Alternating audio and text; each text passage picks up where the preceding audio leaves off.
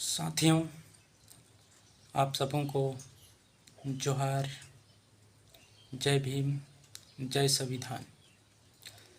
साथियों, आज मैं देश में बहुत ही चर्चित मुद्दे डेलिस्टिंग बन गया है, उसी को आप लोगों के बीच में मैं समझाने के लिए एक छोटा सा वीडियो बना रहा हूँ। मैं सरगुजा संभाग के मैनपाट ब्लॉक के एक छोटे से गांव से आता हूं। डांगबुड़ा मेरा गांव है। नाम हुआ मेरा अर्जुन टुप्पो। तो साथियों, सबसे पहले डेलिस्टिंग क्या है सभी ही समझना चाहते हैं। डेलिस्टिंग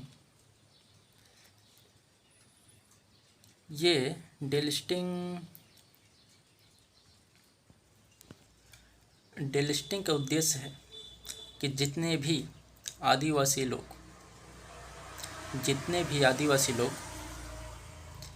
ईसाई समाज या समझिए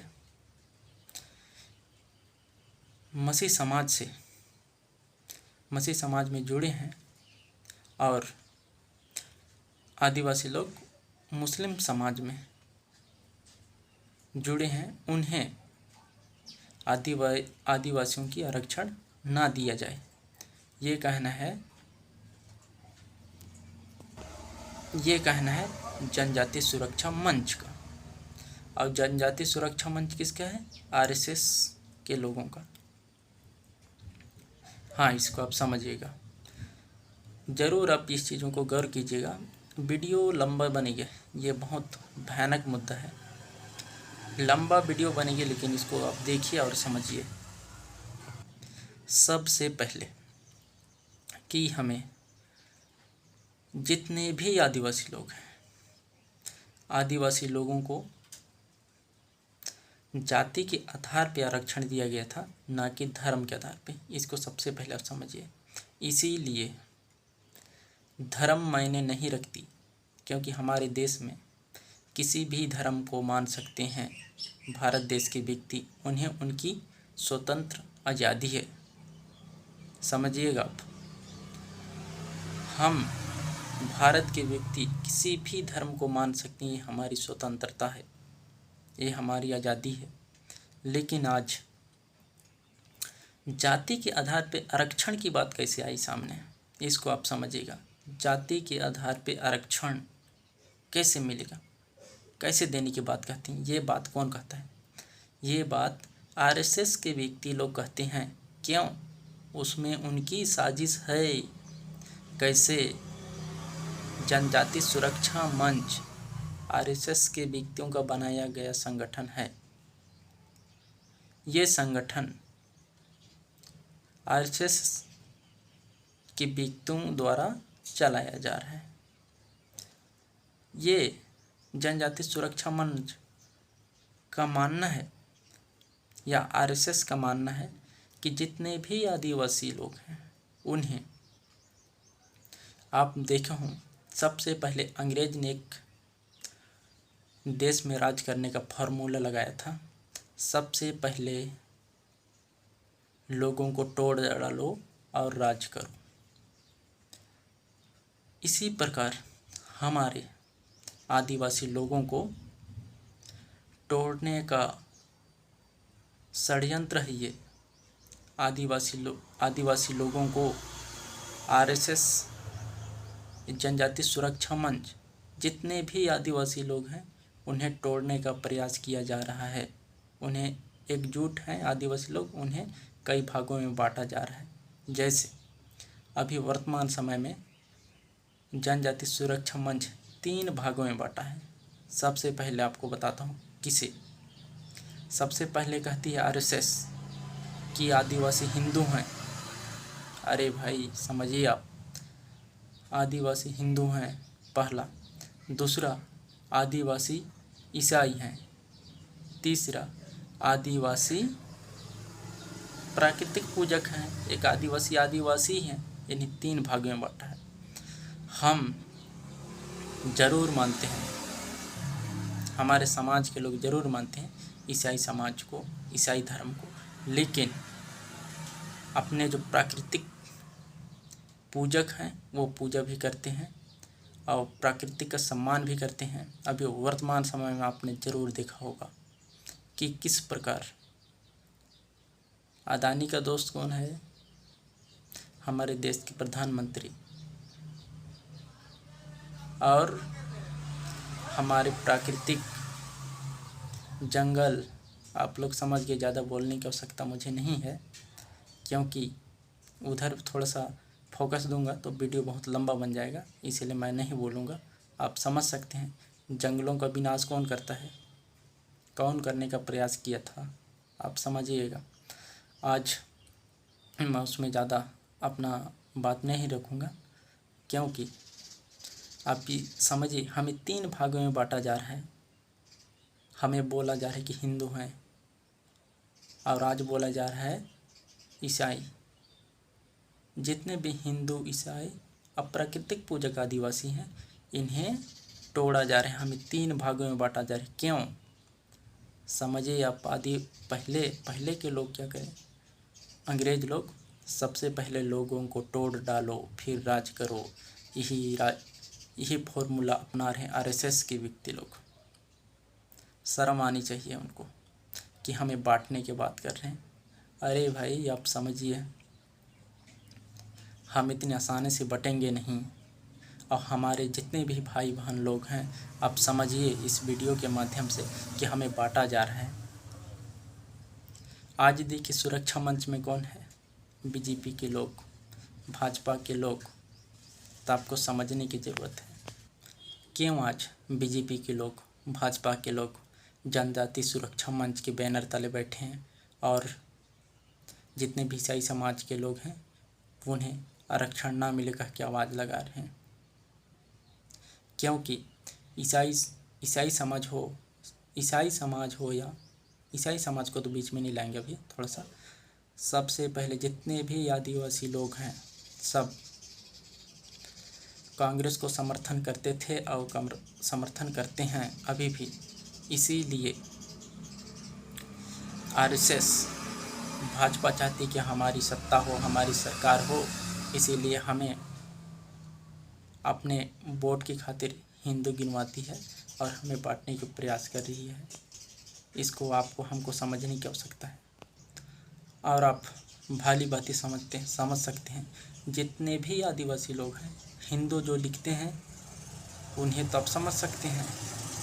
आज भली भाजपा की सरकार हिंदुओं को आरक्षण दिया जाए, जितने भी आदिवासी लोग हैं उन्हें आरक्षण मिला जाए ये कह रही है, लेकिन आने वाले समय में उन्हें भी आरक्षण की खतरा हो सकती है। क्यों मैं पूछना चाहता हूँ, क्यों ऐसे कर रही है सरकार? हमें तो किसी धर्म के आधार पर आरक्षण नहीं दिया गया था, जाति के आधार पर दिया गया था। क्यों हमें आप समझिए, हमें देश की आज़ादी से पहले और आज़ादी के बाद भी हमें शिक्षा से वंचित रखा गया, हमें छुआछूत माना गया। हमारी महिलाओं को अपने स्तन ढकने के लिए स्तन ढकने की आज़ादी नहीं थी। ये सोचिए हमारे लिए कितने दुख की बात थी। लेकिन इसी बीच में हमारे बाबा साहब भीमराव अंबेडकर ने इसकी लड़ाई लड़ी और लड़कर हमारे लिए संविधान बनाया और संविधान में हमें जगह दिए और हमारे लिए जितने भी शोषित वर्ग थे, एसटी, एससी, ओबीसी के लोगों के लिए एक संविधान में एक जगह दिया, आरक्षण। क्योंकि इन एसटी, एससी, ओबीसी माइनॉरिटी के लोगों को आप समझिएगा, एसटी, एससी, ओबीसी माइनॉरिटी के लोगों को किस प्रकार शोषित किया गया। इन्हें शिक्षा से वंचित रखा गया, स्वास्थ्य से वंचित रखा गया, छुआछूत माना गया, मतलब किसी प्रकार की लाभ नहीं दिया गया। इसीलिए इस समाज की एसटी, एससी, ओबीसी माइनॉरिटी के लोगों को ये इस समुदाय के लोगों को एक आरक्षण दिया गया। आरक्षण के आधार पे अपनी अपनी स्तर या अपनी स्थिति को ठीक किया जा करके आरक्षण दिया गया था। लेकिन आज आप समझिएगा ज़रूर, आज मेन टारगेट ईसाई समाज को क्यों लिया गया। आज मिशनरी संस्था या ईसाई समाज, आप समझिए ईसाई समाज, मैं ज़्यादा दूर की बात नहीं लूँगा, देश में आई तो ज़रूर, लेकिन देश आज़ाद होने से पहले और देश आज़ाद होने के बाद मिशनरी संस्था किस प्रकार, मैं देश की बात ज़रूर बोला लेकिन मैं अपने छत्तीसगढ़ की उदाहरण दूंगा। देखिए छत्तीसगढ़ में आप बस्तर संभाग से देखिए या तो सरगुजा संभाग के देखिए, यहाँ देश आज़ाद होने के बाद भी हमारे लिए मूलभूत सुविधा या स्वास्थ्य हो या शिक्षा की व्यवस्था सरकारें नहीं कर पा रही थी। और इसी बीच में हमारे मसीह समाज की ओर से मिशनरी संस्था ने आया और हमें शिक्षा ग्रहण करने का अवसर दिया और हमें अच्छी स्वास्थ्य सुविधा दिए।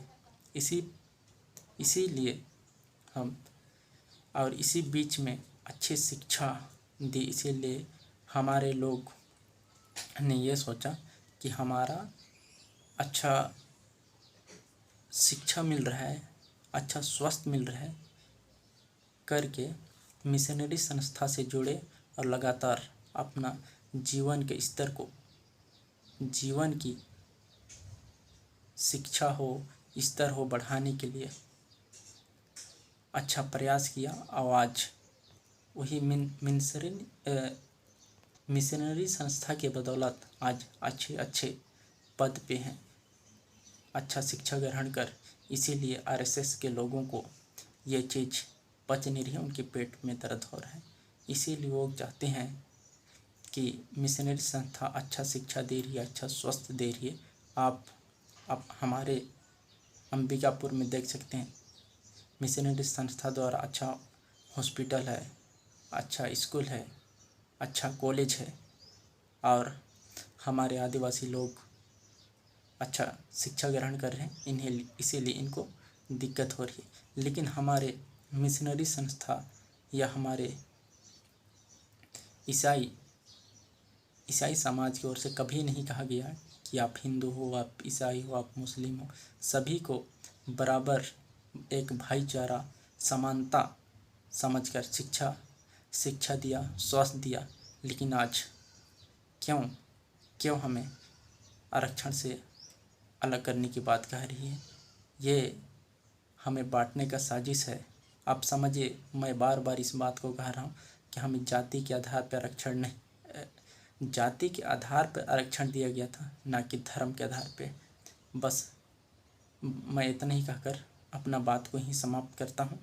और कुछ जानकारी हो तो लेना हो तो आप मेरे से फ़ोन पे संपर्क करिए, मिलिए, बात करिए, मैं आपको अच्छे से समझा सकता हूँ। धन्यवाद।